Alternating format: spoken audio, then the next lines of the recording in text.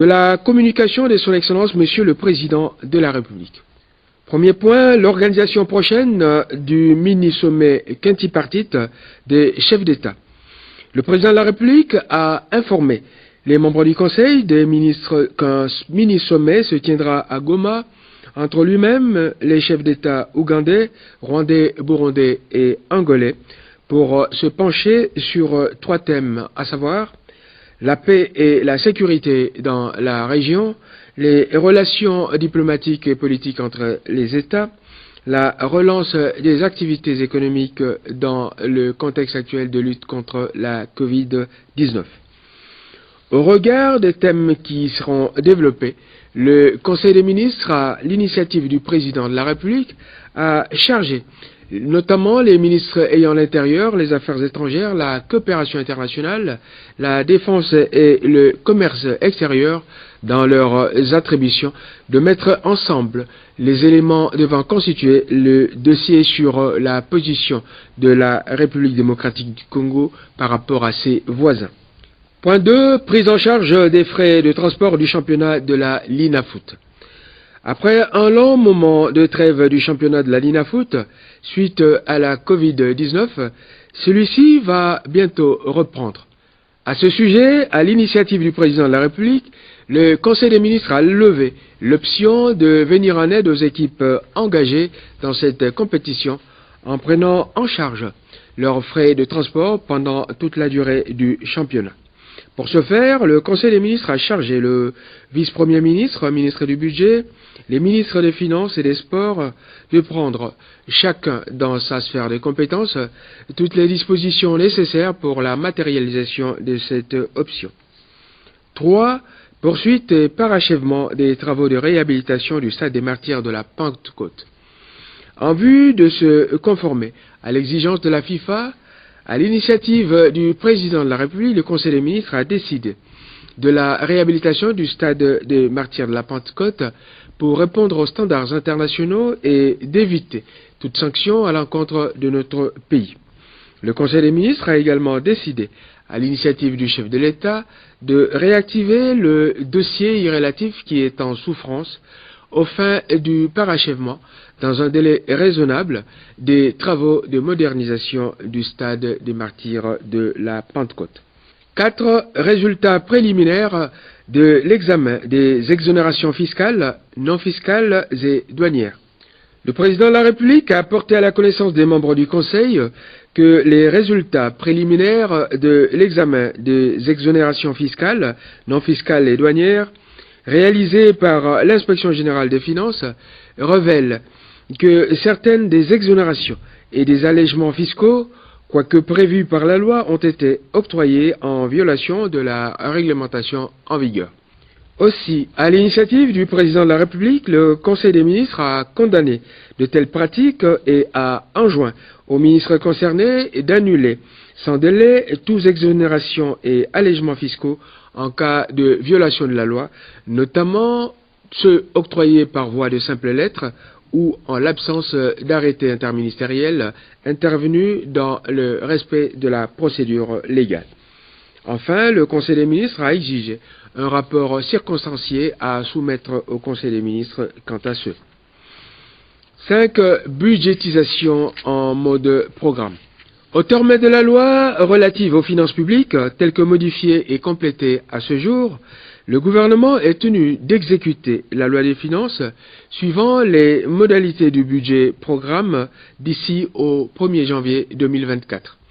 À ce sujet, à l'initiative du Président de la République, le Conseil des ministres a chargé le vice-premier ministre, ministre du Budget et le ministre des Finances de présenter au plus tard au dernier Conseil des ministres du mois de septembre de l'année en cours pour adoption la feuille de route relative au passage à la budgétisation en mode programme.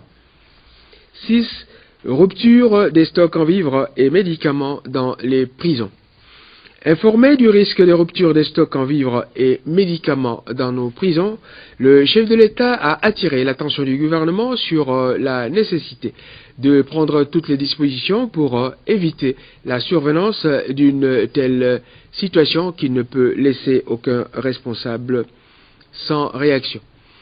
Pour ce faire, il a instruit le gouvernement de tout mettre en œuvre pour que les prisons congolaises ne puissent jamais manquer de quoi nourrir ou soigner les détenus, tant à Kinshasa qu'à l'intérieur du pays. À cette occasion, il a indiqué qu'il veillera personnellement à ce que tout détenu puisse bénéficier d'un traitement qui préserve sa vie, sa santé physique et mentale, ainsi que sa dignité, tel que cela est inscrit dans notre Constitution. Cette mise en place d'un fonds de garantie publique. Ce fonds, dont l'annonce de la mise en œuvre avait été faite par le chef de l'État, vise à accompagner le développement de l'économie, à faciliter l'accès au crédit pour les PME et à encourager l'entrepreneuriat des jeunes et des femmes. Après avoir rappelé que la mise en place de ce fonds est compatible avec le Programme national pour le développement de l'entrepreneuriat congolais, adopté par le Conseil des ministres, le président de la République a exigé que la mise en place de ce fonds s'appuie sur les études de faisabilité faites par la présidence de la République avec la collaboration d'un grand cabinet d'audit. Pour cela, il a rappelé les ministres concernés à finaliser avec l'équipe de la présidence en charge du climat et des affaires qui a également travaillé sur ce projet, tous les aspects y relatifs. 8. La cohésion nationale. Le président de la République a rappelé la nécessité d'assurer une grande cohésion nationale, surtout en cette période de grande agitation. Aussi a-t-il demandé au gouvernement de mettre à la disposition du ministre le président de la République, qui a dans ses attributions la mission de favoriser cette cohésion nationale, les moyens nécessaires à la réalisation de ce programme le plus tôt que possible. 9. Désignation du professeur Muyembe comme coordonnateur de la riposte contre Ebola dans la province de l'Équateur. Le président de la République a annoncé avoir obtenu du professeur Muyembe son accord pour piloter la riposte contre la maladie à virus Ebola qui sévit à l'Équateur, et ce, en raison de son savoir-faire mondialement reconnu dans ce domaine. Le chef de l'État a, à cette occasion, remercié l'intéressé pour sa disponibilité à servir la nation, même en des temps difficiles. Point d'information. Vice-premier ministre, ministre de l'Intérieur, Sécurité et Affaires coutumières. Le vice-ministre de l'Intérieur, remplaçant le vice-premier ministre, ministre de l'Intérieur, de la Sécurité et des Affaires coutumières, en mission officielle, a exposé sur ce qui suit. 1. L'État et l'administration du territoire national. De l'état d'esprit de la population.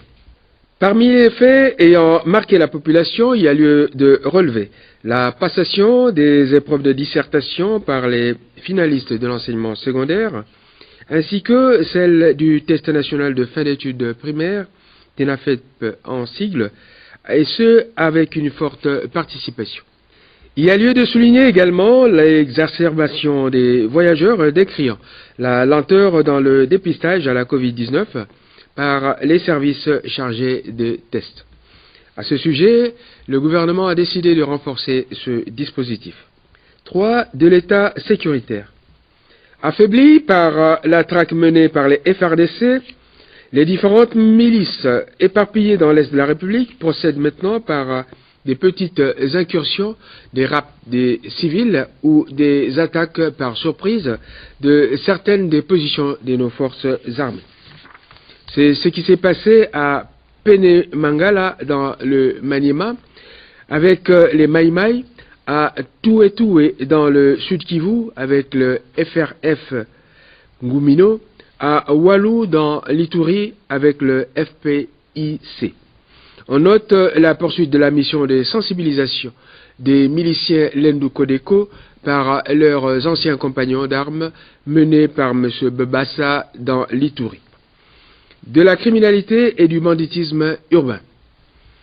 L'extorsion d'importantes sommes d'argent appartenant à des voyageurs sur la route nationale numéro 1 au niveau de Kassangoulou par des hommes en uniforme munis d'armes à feu et des machettes. Les enquêtes sont en cours pour arrêter les fugitifs. Du social. 2 élèves finalistes des études secondaires ont été assassinés lors d'une attaque des éléments Mai Mai Kapasi dans le Nord Kivu. Les dispositions idoines sont prises par les forces de l'ordre pour dissuader ce genre d'opération. L'inspection générale de la santé recommande le retrait du marché des cigarettes de marque Chikata entrant frauduleusement en République démocratique du Congo, et ce en raison de leur grande nocivité. Ministre de la Défense nationale et ancien combattant. Situation sécuritaire. Complétant les informations données au Conseil des ministres par le vice-ministre de l'Intérieur, le ministre de la Défense nationale a confirmé l'activisme des groupes armés à Isiro, dans le Haut-Ouélé, s'agissant plus exactement des Mai Mai Kapasi, à Mayangose dans le Nord Kivu, dans le territoire de Beni, s'agissant des ADF-MTM, à Uvira dans le Sud Kivu, s'agissant du groupe Nakina, Android et Ngumino, à Bilalombili dans le territoire de Mwenga par le groupe Twiraneho. Il y a lieu de relever parmi les faits saillants ce qui suit. L'attaque des FARDC contre des FDLR-RUD dans le territoire de Rutshuru, avec comme résultat la mort du général autoproclamé Kagoma ainsi que celle de plusieurs de leurs combattants. Les FARDC ont conquis les localités de Kinyankunku, Lurere, Mukaka, Mudugudu, Rusekera, Kwibwe et Machango à la suite des opérations menées contre les combattants de la coalition Nyatura CMC et FDLR Foka. Plusieurs éditions des membres des groupes armés ont été signalées sous la pression de feu des FARDC. C'est le cas de 15 combattants NDCR et un Mai Mai à Rutshuru, de 3 combattants NDCR à Walikale. Arrestation par les services de renseignement militaires à Chari, non loin de Bunia, d'une jeune femme transportant des munitions vraisemblablement destinées aux miliciens Codeco. La présence des miliciens Codeco rendus dans le sud-est de Bunia en provenance de leur site de Ezekere, Kantoni et Zumbe est due à des préoccupations en rapport avec leurs conditions de vie après la reddition et à celles consécutives à l'incarcération de certains des leurs. En fin de compte, les concernés se sont rendus aux autorités sous la couverture de nos forces de l'ordre qui les ont ramenés vers leur site. Ministre de l'Enseignement supérieur et universitaire. Information sur le processus du lancement de la mise en place des comités de gestion dans certains établissements publics de l'enseignement supérieur et universitaire.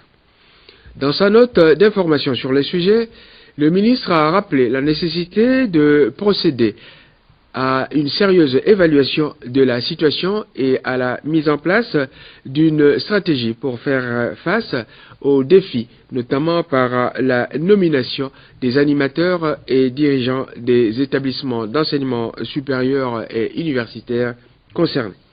C'est à cette tâche que se sont attelés les responsables des conseils d'administration des universités, 48 au total, des instituts supérieurs pédagogiques, 232, et des instituts supérieurs techniques, artistiques et technologiques, 275.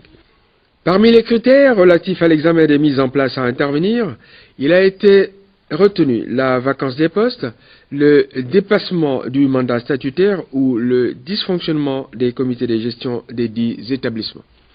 Il a également souligné la nécessité d'adopter une stratégie de mise en place progressive. Quant aux critères de nomination des membres des comités de gestion, il a été rappelé la nécessité de respecter scrupuleusement ceux qui sont prévus dans la loi cadre en son article 153 et dans la loi numéro 18/038 du 29 décembre 2018. À cet effet, les candidatures seront examinées par les conseils d'administration des dix établissements et qui feront ensuite des propositions au ministre de l'Enseignement supérieur. Enfin, il a été rappelé la nécessité que les nominations des candidats retenus soit faite par les autorités matériellement compétentes selon les cas, et ce conformément à la réglementation applicable en la matière. Après débat et délibération, cette note a été adoptée. Ministre de la Recherche scientifique et Innovation technologique. Il s'agit de la note relative à la chute d'un engin spatial à Buta dans la province du Bas-Zuélé. Un engin spatial dont la provenance reste à déterminer a chuté à Buta dans la province du Bas-Zuélé.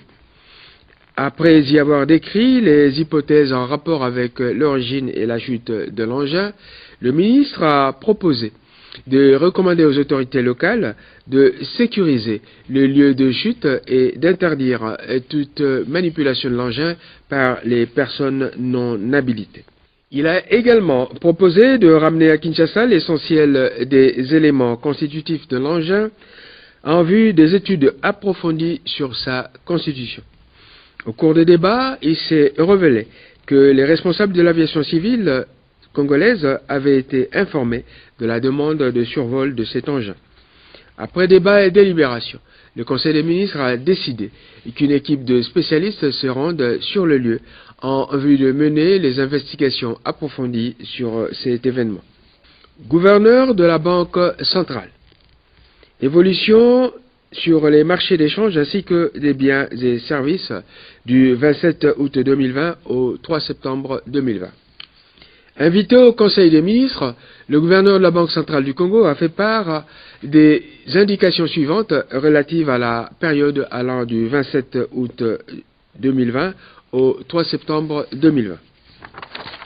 1. Marché d'échange. Le franc congolais a connu une appréciation de 0,10% face au dollar américain contre une dépréciation de même ampleur la semaine d'avant. 2. Marché des biens et services, à savoir l'inflation.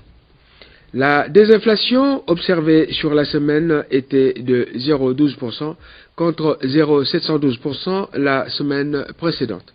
3. Facteurs explicatifs. D'après le gouverneur de la Banque centrale du Congo, cette légère embellie sur le front économique s'explique par plusieurs facteurs, notamment la politique budgétaire stricte menée avec une baisse du niveau de déficit mensuel de plus ou moins 35 milliards de francs congolais en août, contre 179 milliards de francs congolais en juillet 2020. L'absence de financement monétaire du déficit public, à savoir pas de recours à la planche à billets. La politique monétaire avec une forte contraction de la liquidité et la poursuite des missions de vérification auprès des banques des rapatriements de devises. 4. Perspectives. Le gouverneur recommande la poursuite du strict respect des engagements pris dans le cadre du pacte de stabilité conclu entre le gouvernement et la Banque centrale. Après débats et délibérations, ce rapport a été adopté. Approbation d'un relevé des décisions du Conseil des ministres. Le relevé des décisions de la 46e réunion du Conseil des ministres, tenue le vendredi 28 août 2020, a été approuvé. Examen et adoption des dossiers. Premier dossier, celui présenté par le ministre de la Santé. Il est relatif à l'évolution de la situation de la pandémie de Covid-19 et autres épidémies en République démocratique du Congo. Le ministre a fait part au Conseil de ce qui suit. Premièrement, l'évolution de la pandémie de Covid-19. Situation épidémiologique au 3 septembre 2020. Cas de contamination confirmés, 10 149. Cas de décès, 259. Personnes guéries, 9 411. Localisation des cas. Il s'agit de 17 provinces qui sont touchées. Les provinces les plus touchées parmi ces 17 sont Kinshasa, le Nord Kivu, le Congo central, le Haut-Katanga et le Sud Kivu. Fait saillant. Les professionnels de santé contaminés représentent plus ou moins 15% des cas de contamination. Le nombre de nouveaux cas confirmés de Covid-19 a presque doublé entre la semaine 34 et la semaine 35. Les provinces les plus concernées par cette augmentation sont le Nord Kivu et le Congo central. 2239 voyageurs étaient en cours de suivi au 30 août 2020, tandis que 474 voyageurs sont sortis de suivi. Poursuite à Kinshasa de la grève des agents de la riposte. Le ministre a donné des réponses aux interrogations soulevées à la 46e réunion du Conseil des ministres concernant différents sujets dont la longue attente pour obtenir les résultats, le monopole de diagnostic par l'INRB, le coût du test pour le voyageur et le monnayage des résultats. Évolution de la maladie à virus Ebola à l'Équateur. Situation épidémiologique au 31 août 2020. Cas de contamination confirmé 109. Cas de décès 47. Cas de guérison 45. Localisation. Les zones de santé les plus touchées sont celles de Bikoro, Bolenge, Bolomba, Iboko, Ingende, Lilanga Bobangi, Lolanga Mampoko, Lotumbe, Mbandaka, Monieka et Wangata. Fait saillant. Arrêt de travail du personnel de riposte depuis 20 jours dans certaines zones de santé pour cause de non-paiement des salaires. Le gouvernement a pris des dispositions pour résoudre ce problème à bref délai. Ministre d'État, ministre des Ressources hydrauliques et électricité. Il s'agit du rapport de la commission ad hoc relatif aux 3 projets de textes présentés par le ministre d'État, ministre des Hydrocarbures, lors de la 46e réunion du Conseil des ministres du vendredi 28 août 2020. Au cours de sa 46e réunion du 28 août 2020, le Conseil des ministres avait examiné le projet relatif à la production et à la commercialisation de l'électricité obtenue par la transformation du gaz naturel qui s'échappe de l'exploitation des hydrocarbures par le groupe Perenco-REP, tel que présenté par le ministre d'État, ministre des Hydrocarbures. Pour rappel, les textes concernés ont porté sur 1. Le projet d'avenant numéro 9 à la Convention du 11 août 1969 régissant la recherche et l'exploitation des hydrocarbures dans la zone terrestre de la République démocratique du Congo. 2. Le projet d'ordonnance portant approbation de l'avenant numéro 9 de la Convention du 11 août 1969, régissant la recherche et l'exploitation des hydrocarbures dans la zone terrestre de la République démocratique du Congo. 3. Le projet d'arrêté ministériel portant second renouvellement des concessions d'exploitation des hydrocarbures numéro 179, 180 et 191 de la zone terrestre de la République démocratique du Congo. Des divergences étant apparues sur le fond et sur la forme des textes analysés, le Conseil avait instruit le Premier ministre de réunir autour de lui des juristes du gouvernement et ceux de la présidence de la République pour les aplanir. À l'issue de cette réunion, un rapport de la Commission a été produit à l'attention du Conseil des ministres. Il en résulte ce qui suit. Premièrement, la réaffirmation de la nécessité de réalisation du projet de production et de commercialisation de l'électricité obtenue par la transformation du gaz naturel par le groupe Perenco-REP. 2. La réalisation du dit projet dans le strict respect de la loi numéro 14/011 du 17 juin 2014 relative au secteur de l'électricité et ses mesures d'application, sous l'autorité du ministre ayant les ressources hydrauliques et l'électricité dans ses attributions, l'autorité de régulation de l'électricité entendue. 3. L'approbation de l'avenant numéro 9, moyennant clarification des dispositions sur la production et la commercialisation de l'électricité qui doit se faire conformément à la loi sur le secteur de l'électricité. Après débats et délibérations, ce rapport a été adopté. Ministre des Mines. Il s'agit d'une demande d'autorisation des signatures des arrêtés ministériels portant déchéance, retrait, rénonciation partielle, approbation du permis d'exploitation et renouvellement d'agrément.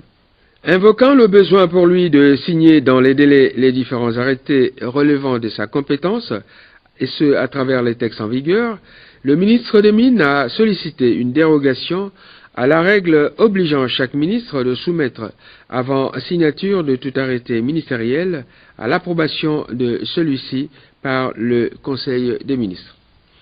Après débat et délibérations, le Conseil des ministres a décidé de ne pas déroger à cette règle édictée par le Premier ministre, de soumettre pareil acte réglementaire à la délibération du Conseil des ministres, et ce pour assurer un égal traitement entre les membres du gouvernement.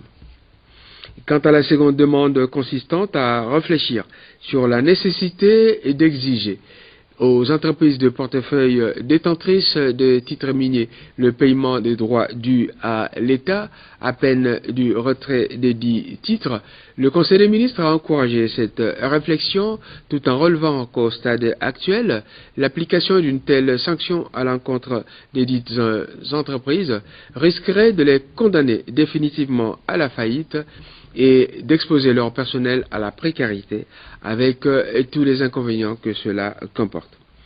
Toutefois, le Conseil a retenu que l'idée méritait une réflexion sur laquelle le Conseil des ministres pourra y revenir plus tard s'il échait. En ce qui concerne les arrêtés sur les nominations, la question a été renvoyée à l'examen par la commission interministérielle permanente compétente. Ministre de la Recherche scientifique et innovation technologique. Il s'agit du projet INERA sur le renforcement de la résilience et du bien-être des petits producteurs agricoles pendant et après la pandémie à Covid-19 en République démocratique du Congo. Le ministre a indiqué que l'irruption de la pandémie à Covid-19 dans notre pays a engendré une crise multidimensionnelle dont les effets sont déjà perceptibles. Il a souligné les conséquences pour les producteurs agricoles des restrictions de mouvements consécutives à la Covid-19, ce qui entraîne le déséquilibre de la fourniture des intrants agricoles, notamment les semences améliorées, les plantes, les géniteurs animaux. D'après le ministre, un déficit de matériel de reproduction végétale et animale est prévisible chez les petits agriculteurs à la prochaine saison culturelle après les mesures de confinement. C'est pour faire face à ce risque de carence des matériels de reproduction que l'Institut national de l'étude et la recherche agronomique, INERA en sigle, a présenté au ministre un projet de renforcement de la résilience et du bien-être des petits producteurs agricoles pendant et après la pandémie à Covid-19. Le coût de ce projet a été également présenté. Après débats et délibérations, le Conseil des ministres a adopté ce projet et chargé le vice-premier ministre, ministre du Budget et le ministre des Finances de procéder au paiement progressif du marché sollicité. Ministre de l'Industrie. Il s'agit de la première réunion des ministres de l'Industrie de la Communauté économique des États de l'Afrique centrale, CEAC, à Kinshasa du 21 au 25 septembre 2020. Pour le ministre du Commerce extérieur qui a remplacé le ministre de l'Industrie empêché, ces assises seront consacrées à l'examen et à l'adoption du plan de développement industriel de l'Afrique centrale pour la décennie 2021-2031, à l'instar de ce que fait la SADC et le COMESA. La réunion ministérielle est prévue le 25 septembre. Elle sera précédée des travaux du comité des experts. Le thème central est faire du secteur manufacturier le principal moteur de la transformation structurelle des économies de l'Afrique centrale, de leur arrimage à l'économie mondiale et d'une prospérité partagée. Un état de besoin a été proposé au Conseil des ministres à ce sujet. Le ministre a sollicité le quitus et l'autorisation du décaissement des fonds suivant l'état de besoin qu'il a présenté.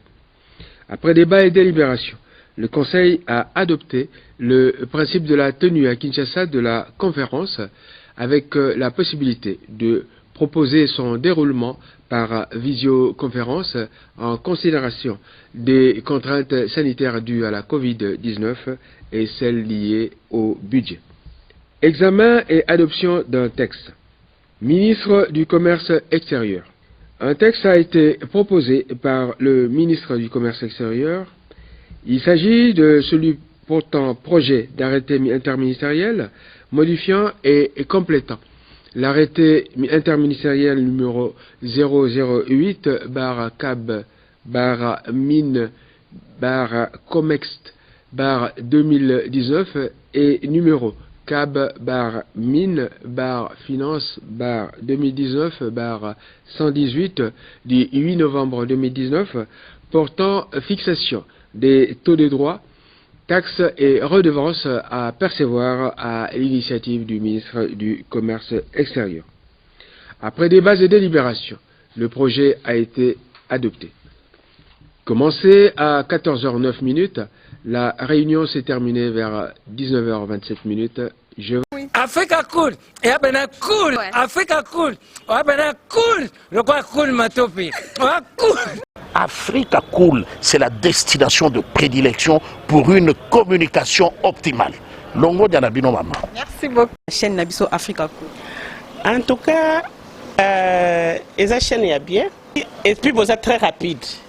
Ils sont très rapides. Et la chaîne, ça a bien confiance. En tout cas, nous avons souscrire donc ils ont vraiment net boka lelo lamba lelo lia lelo donc eza kitoko na sepeli na bino na sengi na batu nyonso bo souscrire ebele boko za la déçu te.